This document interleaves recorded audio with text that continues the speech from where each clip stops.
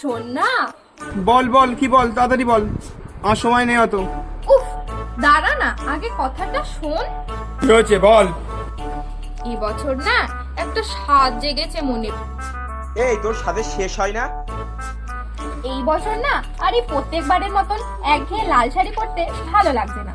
তুই এবার একটা টকটকে টিয়া রঙের শাড়ি এনে দিবি। ইয়ার আগে শাড়ি পরবে কেন রে? তোর লক্ষ্মী ভান্ডার ঢোকে না, সেই টাকা তুলে শাড়ি কেন না, আমার কাছে কেন চাইছিস? এই মাসে না আর আমার লক্ষ্মীর ভান্ডারটা ঢোকে। তা আমি কি করব? এনে দে না রে ওষুধ, তাহলে এবছর দেখিস আমি স্লোলি অসুর বধ করবো।